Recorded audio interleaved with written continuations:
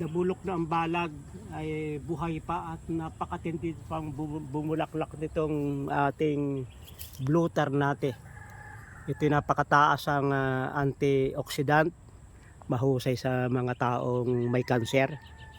At ito'y nilalaga, iniinom, sinasama sa salad, sinasama sa pagsasaing, pampakulay sa Diyos. Natural na itong kulay ng Diyos.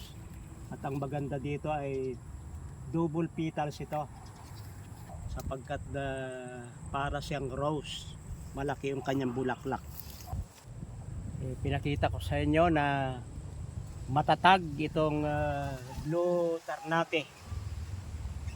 Bulok na yung balag, tumba na, pero marami pa siyang bulaklak.